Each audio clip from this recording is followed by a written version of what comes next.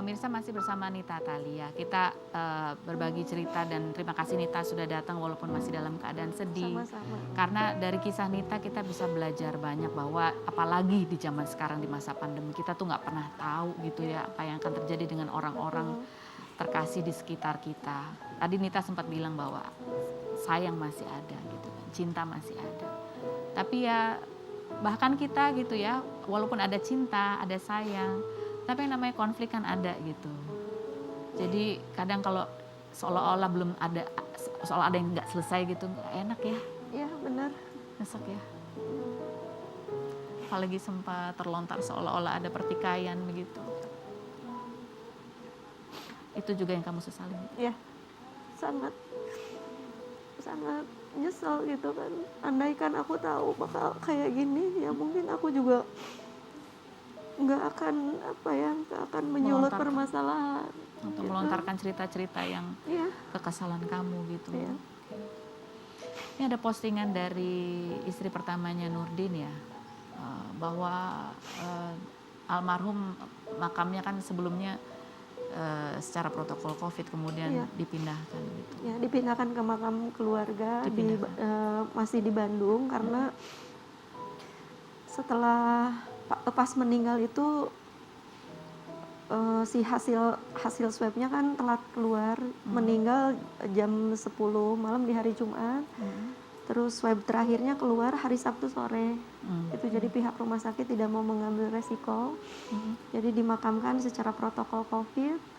Dan kemarin dipindahkan ke makam keluarga karena hasilnya sudah negatif kan gitu. Dan aku juga sempat melihat jenazah secara langsung di ruang ICU khusus pasien COVID. Aku sama anakku dan anak yang nomor 2, kita bertiga masuk. Aku langsung bersimpuh di depan jenazah almarhum. Aku minta maaf. Aku bilang, ayah, Bunda minta maaf atas semua kesalahan yang terjadi. Dan Bunda menyesal. Aku bilang itu, terus kita pakai APD lengkap. Aku pegang tangannya. Dan itu yang terakhir kali. Aku sudah gak bisa sentuh lagi sekarang.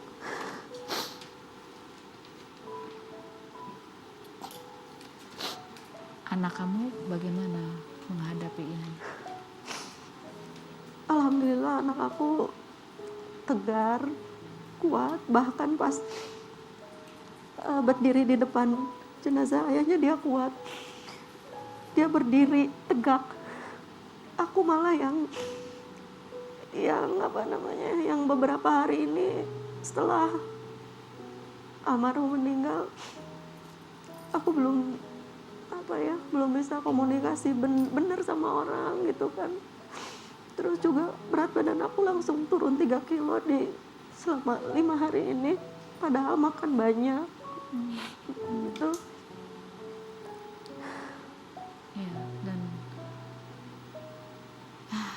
kita pernah ada banyak cerita ya dalam kehidupan tuh kan, setiap orang pasti ada kenangan baiknya walaupun kadang ada ketegangan-ketegangan. Tapi ini kamu pernah bercerita tentang sosok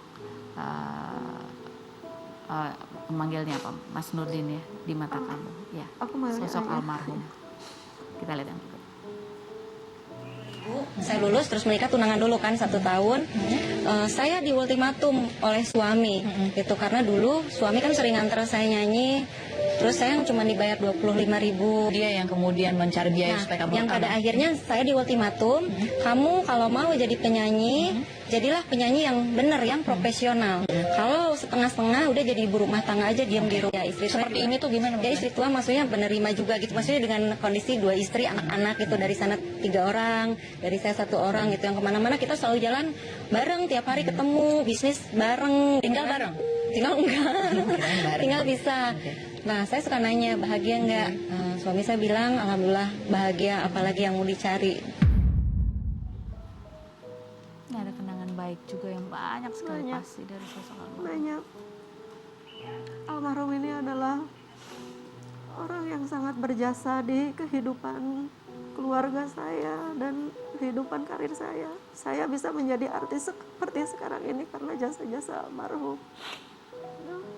Dan suami yang benar-benar sayang sama kedua istrinya, ayah yang baik buat anak-anaknya. Oke. Dan bahkan di saat terakhir pun almarhum juga punya wasiat begitu. Betulkah bahwa ada wasiatnya juga untuk kamu? Bahwa dia ingin kamu berpakaian tertutup dan ada lagi supaya konflik ketegangan ini juga berakhir begitu. Iya. Betul. Iya. Dan almarhum juga sempat ngomong ke anak saya, katanya, kakak sama bunda cepet pulang ke rumah. Tuh, dia bilang. Terus aku juga udah minta maaf secara langsung ke istri pertama dan anak-anaknya waktu ketemu di rumah sakit. Aku langsung bersimpuh di kakinya. Aku minta maaf. Terus pas hari Minggunya aku datang lagi ke rumah istri pertama, ketemu dengan istri pertama dan anak-anaknya. Dengan seluruh kerendahan hati aku minta maaf yang sebesar-besarnya. Dan aku juga mewakili keluarga aku, ibu bapak, adik-adik aku. Terlebih lagi adik aku, Seni Amelia, aku mewakili dia. Aku minta maaf.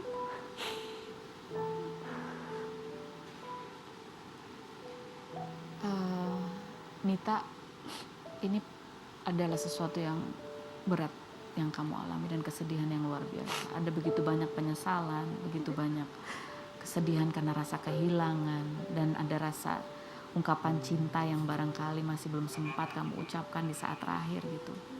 Tapi dari ini, kalau boleh kamu sharing, apa sih yang menjadi pelajaran buat bisa kamu bagi buat orang lain di luar sana?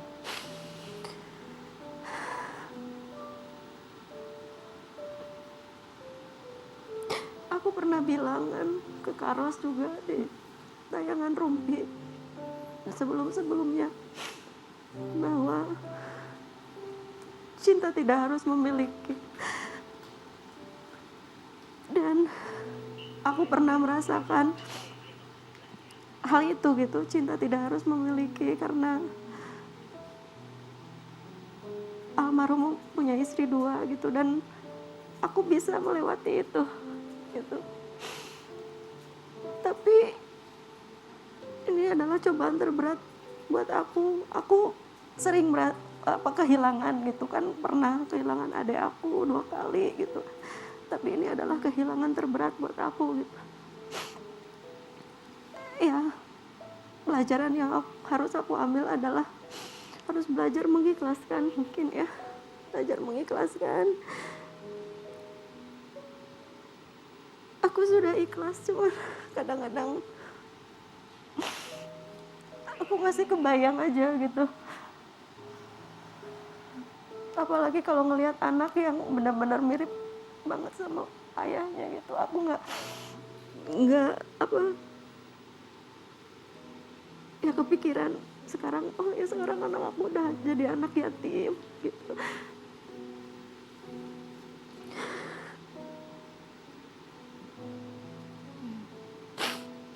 Cinta tidak harus memiliki dan harus penuh dengan keikhlasan.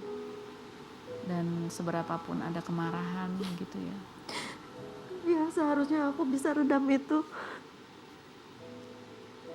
Dan ternyata aku belum bisa. Dan aku harus banyak belajar sabar lagi. Tapi almarhum pasti tahu apa yang kalian miliki di masa lalu, cinta, kasih sayang, itu sebetulnya masih ada juga. Dan satu lagi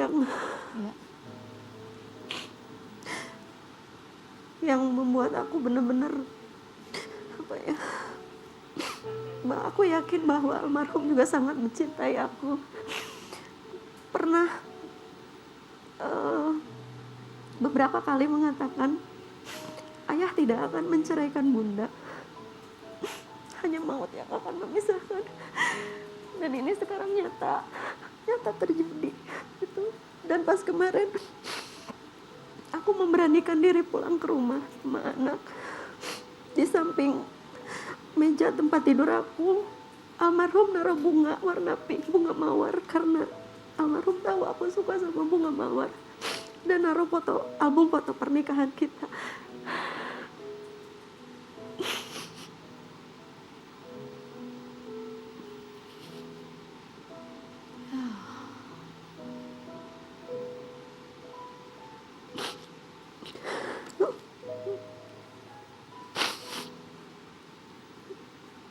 Ya kita tidak pernah tahu usia, karena itu adalah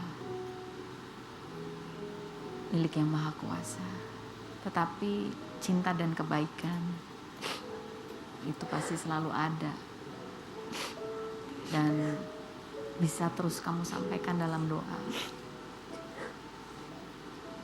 Semoga kamu kuat ya, Nita, dan juga anak kamu. Terima kasih sudah hadir, Nita. Terima kasih berbagi cerita. Semoga kamu dengan berbagi cerita ini ada banyak manfaat yang bisa juga diambil oleh banyak orang di luar sana yang barangkali saling mencintai, tetapi karena ada ketegangan sedikit, konflik sedikit, sedang tidak akur atau sedang marah begitu. Atau barangkali yang sudah lupa untuk saling mengucapkan rasa sayang satu sama lain. Kita ucapkan.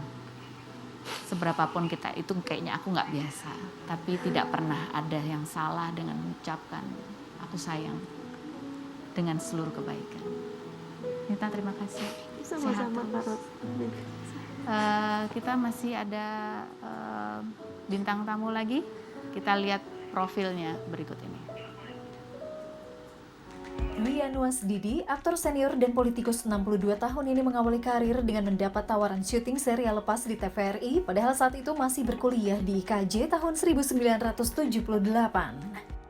Aktor berpenampilan necis dengan kumis yang dikenal kerap memerankan karakter antagonis ini tahun 1996 menikah dengan Susi yang disebut dalam sebuah video mirip Irish Bella hingga dikaruniai 3 anak bernama M. Sofyan Arisa Putra, Junisia Dwi Putri, dan M. Febrian Trisa Putra. Junisia, anak kedua dari aktor yang pernah mencalonkan diri sebagai wakil wali kota Bengkulu ini dinilai cantik oleh netizen dan di usia 19 tahun ini masih menjalani kuliah di jurusan Ilmu Hukum Internasional Universitas Hasanuddin dan sempat menjadi penari Ratoh Jaru dalam opening Asian Games pada 18 Agustus 2018. Seperti apa kekompakan Dwian dengan sang anak? Dan benarkah Junisia lebih senang ayahnya menjadi aktor daripada ikut partai politik? Saksikan selengkapnya hanya di Rumpi No Secret. Oke, baiklah pemirsa. Hari ini kita kedatangan ini. Aduh, kalau buat aku ini mah legend ya. Aduh, kayaknya Mas Dwian ini kayak Highlander gitu ya. Dari dulu tuh kayaknya ada terus dan mukanya gitu-gitu aja, Mas. Amin. Amin ya. Tapi setelah tahu anaknya udah gede, jadi aku berpikir, oh iya ternyata ya awet muda. Udah gede loh anaknya. Coba kita ada fotonya Mas Dwian, foto metamorfosanya ya. Nah, ya kan? Ini kan sayang aja karena lagi pakai masker jadi nggak kelihatan. Kubisnya awet ya kayaknya ya. Amin. Kubisnya awet gitu. Ya gini-gini aja. Perannya sekarang lebih baik emang jadi bapak-bapak ya. Tapi aku kalau ingat tuh, kalau ada peran antagonis tuh kayak yang, iya kan? Sering ya? Enggak, kalau Ada aku bapak-bapak kan ya. antagonis baru-baru ini aja. Baru-baru ini aja? Biasanya yang baik-baik. Ya kayak orangnya lah baik-baik aja. Oh orangnya baik-baik. Baik. Oke deh. Aduh tapi ini ya ampun dari tahun berapa puluh tahun berarti ya menekuni dunia seni peran Mas Dwian? Aku mulai kenal kamera tuh tahun 78. Astaga. Tahun 78, sekarang tahun 2000. 2021. Artinya berapa tahun ya? Aduh. Kayaknya 40 tahun ya? 40 ya. Ya 40 tahunan lah, 40 43 tahunan. Luar biasa. 43 tahun. Sampai kameranya udah rusak, ganti lagi. Kamera rusak, ganti lagi. Dan ini adalah pilihan yang tidak salah ya? Iya. Tidak salah ya? Oke, baiklah. Oke, sekarang kita mau tanya. Duduk di sini. Udah artis lama mau udah biasa, mau ditanya apa aja udah biasa ya kan. Sama anaknya putrinya Nisha. Kamu kan anaknya artis terkenal, jadi duduk juga di kursi ini untuk menjawab pertanyaanku dengan jujur apa adanya. Apakah pertanyaanku ini jawabannya fitnah atau fakta? Mas Dwian, fitnah fitnah atau fakta, kalau kamu jadi artis senior itu yang udah main sinetron sejak tahun 78 itu adalah mahasiswa kesayangan dulu, adalah mahasiswa kesayangan dosen. Makanya udah diajak syuting sejak kuliah, fitnah atau fakta. Obyekan syutingnya dulu diajak dosen. Fakta. Fakta ya. Oh, tapi selesai kan kuliahnya? Kuliahku sampai setengah aja tapi dapat ijazah lah. Dapat Dapat ijazah. ijazah lah. Karena udah sibuk syuting kayaknya waktu itu. Oke, Nisya, fitnah atau fakta? Kalau kamu jadi artis malah nggak pengen jadi pemain sinetron kayak ayah tapi maunya jadi artis penyanyi, fitnah atau fakta? Fakta. Fakta. Kenapa sih nggak mau jadi itu pemain sinetron atau film? Karena aku ngerasa masih kurang pede aja sih kalau acting, kayak ngerasa masih basic banget, masih butuh belajar. Bapak, kamu terintimidasi sekali sama. Iya langsung kayak aduh. Coba kita lihat ya, ini actingnya Papa kamu. Kita lihat actingnya nih, deretannya. Coba kita lihat yang berikut ini. Karena malam itu Indra ada bersama Diki dan Bella.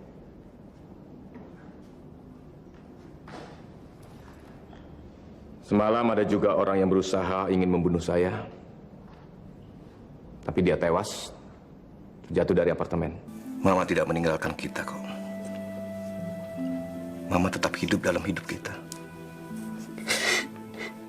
Kalau kita mendoakannya terus-menerus. Dengan mengingat pesan Mama, berarti kita memelihara Mama dalam batin kita. Ada apa lagi itu? Ribut terus. Papa bilang sama Kamu pikir di hutan ini? Siapa kamu? Bapak Hendra Saputra kan? Saya ingin kasih tahu kelakuan istri saya. Tapi pernah nyoba nggak sih? Pernah diajak nggak sih dia main sinetron? sering kan? Tapi Sering. Tapi masih disuruh fokus kuliah. disuruh fokus kuliah dulu. Aku nggak mau terganggu lah. Oh. Kuliah dulu, Heeh. semampunya. Heeh. Dan aku semampu aku juga untuk mengkuliahkannya. Ya. Itu. Ya, dia- bekal pendidikan dulu ya. Oke, Jangan baiklah. terganggu. Oke, Mas Rian, fitnah atau fakta ya? Bahwa dari sejak tahun dulu itu 70-an 80-an itu, kumis itu memang adalah satu hal yang tidak akan pernah dicukur. Karena kalau dicukur ibaratnya itu susuknya hilang, fitnah atau fakta? Tuh, ya kan? Bayangin. Fitnah lah. Masa sih? Pernah Aku dicukur? pernah dicukur. Pernah. Terus apa efeknya ketika dicukur? Emang agak merinding sedikit ya. Luntur kali. Ilmunya luntur kali. Agak luntur gitu ya? Enggak, waktu itu kebetulan dapat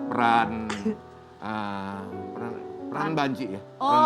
Peran itu Peran jadi banci, harus cukur. Ya kalau nggak cukur kumis kan peran banci kan lucu Oh kan. iya ya, aneh nggak rasanya nggak pakai kumis? Ya ada sesuatu yang hilang lah. Kayaknya Oke. hembusan napas itu nggak ada yang ganjel. Numbuhinnya lagi susah nggak? Atau itu natural aja? Natural aja. Oh natural, oke. Nggak ada minyak-minyak tertentu yang Nggak, selalu dipakai nggak, untuk nggak. supaya lebat? Nggak ada ya? Mas Rian, fitnah atau fakta lagi pertanyaanku berikutnya ya. Kalau istrinya Mas Duyan yang bernama Susi itu memang sengaja tidak pernah di blow up, ya jarang disorot oleh media karena takut saking cantiknya, takut nanti banyak cowok yang godain istrinya karena istrinya Mas Duyan ini ternyata wajahnya cantik sekali. Fitnah atau fakta? Jawabannya setelah berikut ini, jangan kemana-mana, tetap di Ruby No Secret. Wah.